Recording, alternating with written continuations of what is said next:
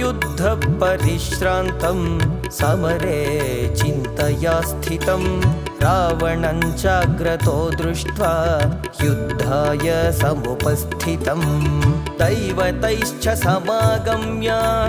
द्रष्टुमभ्यागतोरणम् उपागम्य ब्रवीद्रामम् अगस्त्यो भगवान् ऋषिः राम राम महाबाहो शृणु गुह्यं सनातनम् येन सर्वान् नरीन् वत्स समरे विजयिष्यसि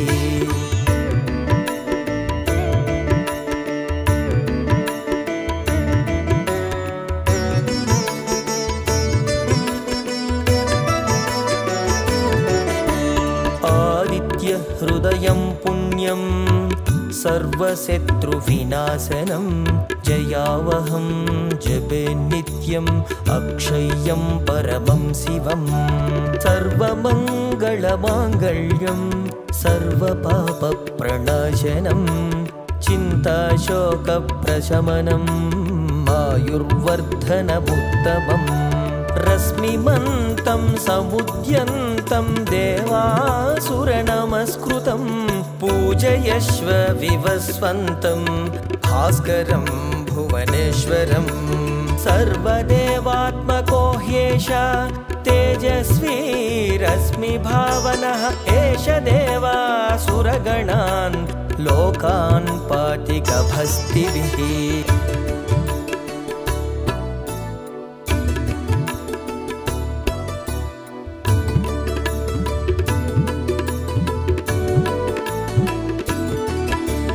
एष ब्रह्मा च विष्णुश्च शिवः स्कन्दः प्रजापतिः महेन्द्रो धनदः कालो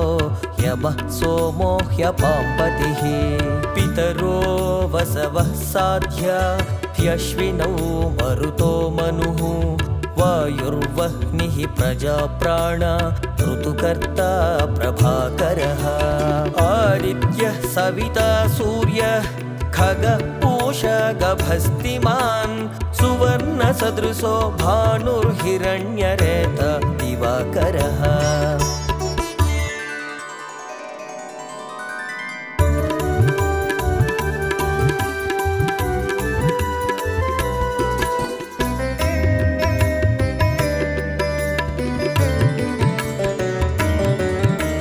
हरिदस्व सहस्रार्चिः सप्तसप्तिर्मरीचिमान् तिमिरोन्मदनः शम्भुस्त्वष्टा मार्ताण्ड अंशुमान् हिरण्यगर्भः शिशिरस्तपनो भास्करो रविः अग्निगर्भोदितः पुत्रः शङ्खः शिशिरनाशनः व्योमनाथस्तमो भेदी ऋग्यजुस्सामपारगः घनवृष्टिरपां मित्रो विन्ध्यविधि प्लवङ्गमः आतपी मण्डली मृत्युः पिङ्गळ सर्वतापनः कविर्विश्वो महातेजा रक्तः सर्वभवोद्भवः नक्षत्रग्रहताराणामधिपो विश्वभावनः तेजसामपि तेजस्वी द्वादशात्मन्नमोऽस्तु ते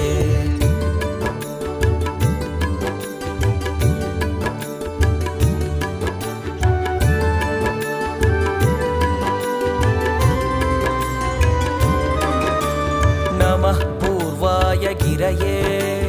पश्चिमे गिरये नमः ज्योतिर्गणानां पतये दीनाधिपतये नमः जयाय जयभद्राय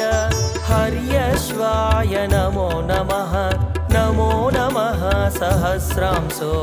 आदित्याय नमो नमः नमः उग्राय वीराय सारंगाय नमो नमः नमः पद्मप्रबोधाय मार्ताण्डाय नमो नमः ब्रह्मेश अच्युतेशाय सूर्याय आदित्यवर्चसे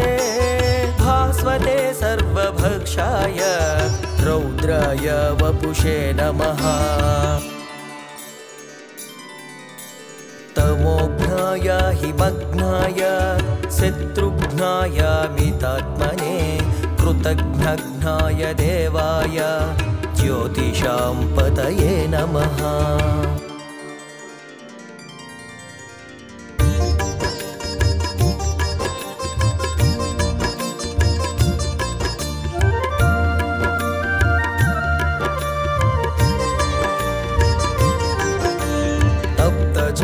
तप्तचामीकराभाय वर्णये विश्वकर्मणे नमस्तमोऽभिनिघ्नाय रुचये लोकसाक्षिणे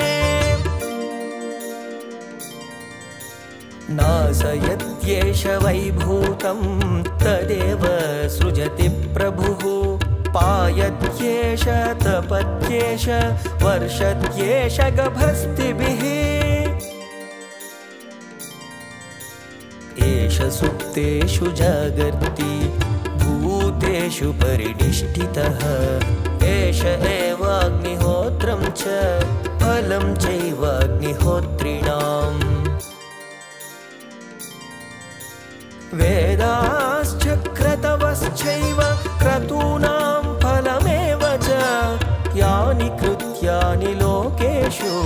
सर्व एष रविः प्रभुः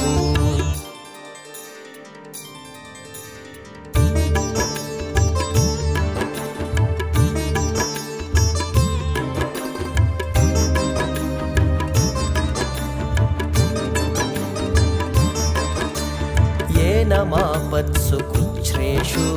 कान्तारेषु भयेषु च कीर्तयन् पुरुषः कश्चिन्नावसीदति राघव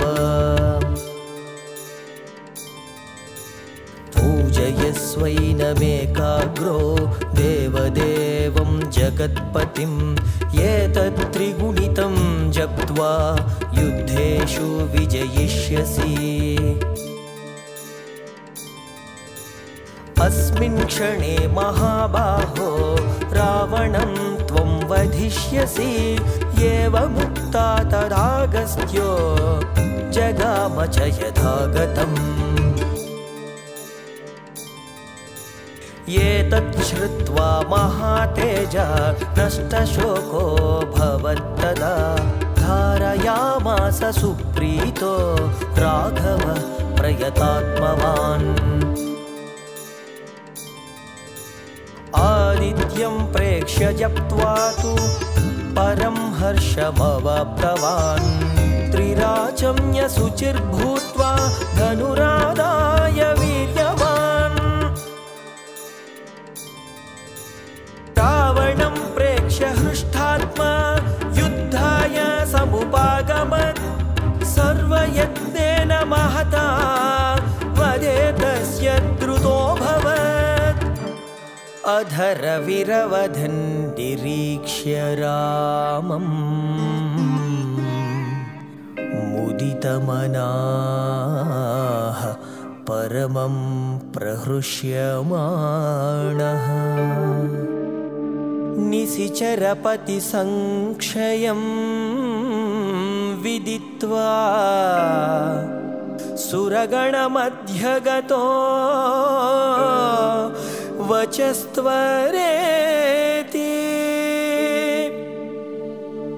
इति आदित्यहृदयं सम्पूर्णम्।